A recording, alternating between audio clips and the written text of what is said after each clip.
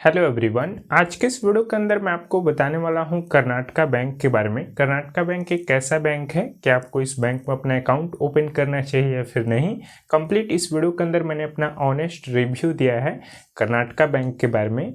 तो अगर आप भी कर्नाटका बैंक में पहली बार अपना अकाउंट ओपन करने जा रहे हैं या फिर अगर आप कर्नाटका बैंक का रिव्यू देखना चाहते हैं तो इस वीडियो को आप कंप्लीट देखिएगा। इस वीडियो के अंदर मैंने कर्नाटका बैंक के सेविंग अकाउंट का कंप्लीट स्पेसिफिकेशन बताया है, क्या क्या बैंक आपसे हिडन चार्जेस लगाता है, चार्जेस बेसिकली क्या होते हैं एंड फीचर्स क्या क्या देता है बैंक। कंप्लीट इस वीडियो के अंदर मैंने इसके बारे में अच्छे से बताया हुआ है। सो वीडियो को स्टार्ट करते हैं बिना देरी करते हुए। बाकी अगर आपको वीडियो बीच में पसंद आए तो वीडियो को लाइक एंड चैनल को सब्सक्राइब कर सकते हैं। सो आइए स्टार्ट करते हैं। तो जैसा कि अभी आप देखेंगे मैं आ चुका हूँ कर्नाटका बैंक के सेविंग अकाउंट वाले पेज पर एंड सभी लोग जो अकाउंट ओपन करते हैं यहाँ पर एसबी जनरल अकाउंट ही ओपन करते हैं। तो आइए इस अकाउंट के हम कंप्लीट डिटेल में जानते हैं क्या क्या फीचर्स, चार्जेस और बाकी सारी चीज़ें हैं। तो फीचर्स एंड बेनिफिट्स की बात कर ले तो आपको मिनी फैसिलिटी प्रोवाइड की जाती है। आइए हम बात कर लेते हैं इसके बारे में। तो सबसे पहले इसमें यहाँ पर आपको डेबिट कार्ड की फैसिलिटी मिल जाती है जो कि बैंक आपको इशू करके देता है। देन यहाँ पर आपको नेट बैंकिंग की फैसिलिटी मिलती है, मोबाइल बैंकिंग की फैसिलिटी मिलती है, यहाँ पर आपको एसएमएस अलर्ट की फैसिलिटी भी दी जाती है, मिस कॉल बैंकिंग की फैसिलिटी मिलती है। इसके अलावा आपको इसका पासबुक का ऐप आता है तो वहाँ से भी आप पासबुक देख सकते हैं एंड ब्रांच से भी आपको पासबुक दी जाती है जो कि एम पासबुक के नाम से आपको प्ले स्टोर पर और आई स्टोर पर यानी कि एप्पल स्टोर पर ऐप मिल जाएगी। देन यहाँ पर अपना ऐप आता है जो कि इसकी मोबाइल बैंकिंग की ऐप है, उसका भी आप यूज कर सकते हैं।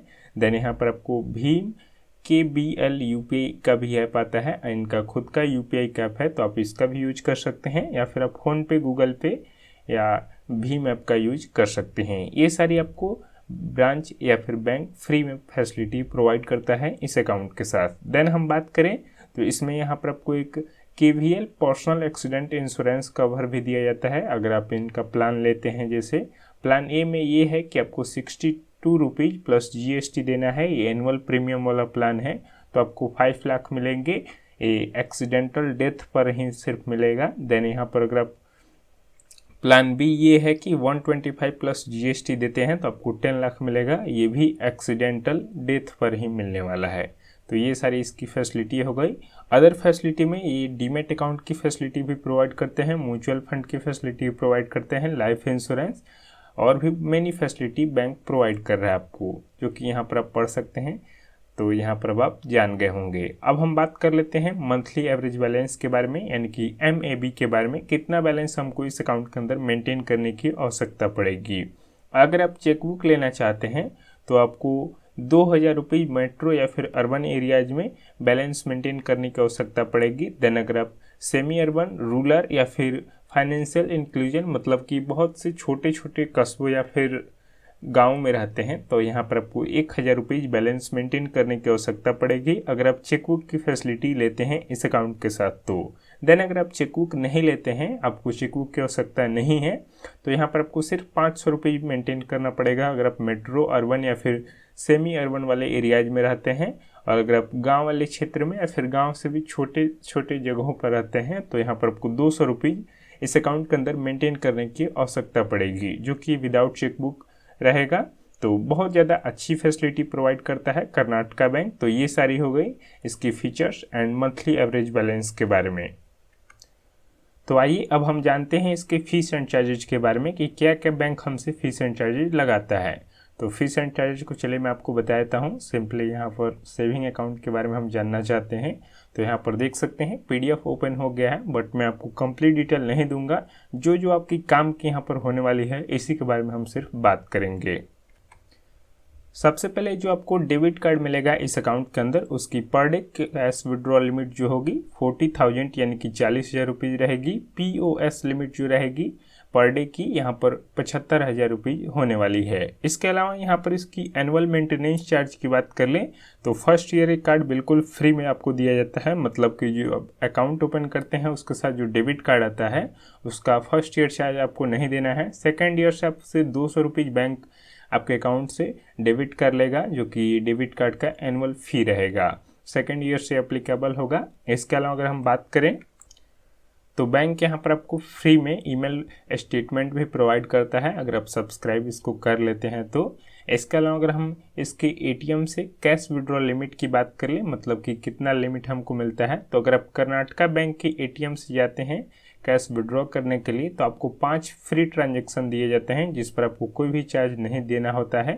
ये 1 मंथ का ट्रांजैक्शन है, मतलब कि आप इस डेबिट कार्ड को ले जाइए कर्नाटका बैंक के एटीएम में, आप 5 बार फ्री में रुपीज को निकाल सकते हैं। छठा जब आप ट्रांजैक्शन करेंगे तो 21 रुपीज प्लस एप्लीकेबल जीएसटी लगेगा।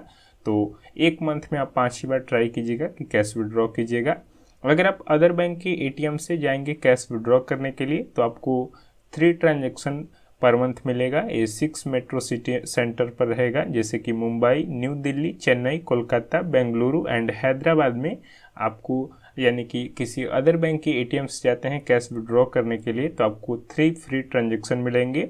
और अगर आप किसी अदर लोकेशंस पर जाते हैं और किसी अदर बैंक के एटीएम से कैश विड्रॉ करते हैं इन सिटीज़ को छोड़ करके तो यहाँ पर आपको 5 फ्री ट्रांजैक्शन दिए जाते हैं। अगर आप इसको फॉलो नहीं करते हैं तो 21 रुपये प्लस एप्लीकेबल जीएसटी आपके ऊपर चार्ज लगाया जाएगा।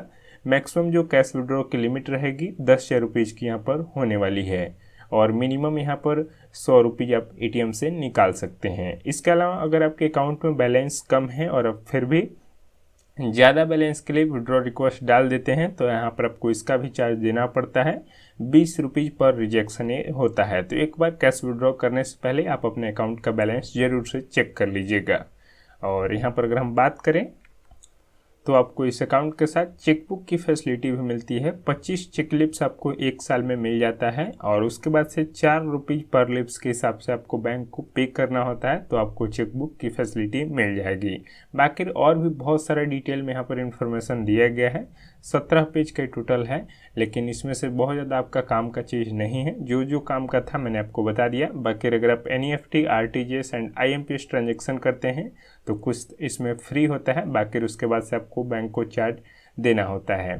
तो यही सारी इस अकाउंट की हो गई hidden fees and charges, facility, features जो मैंने आपको सब कुछ बता दिया है। इसके कंप्लीट डिटेल में अब आप जान गए होंगे इन्फॉर्मेशन।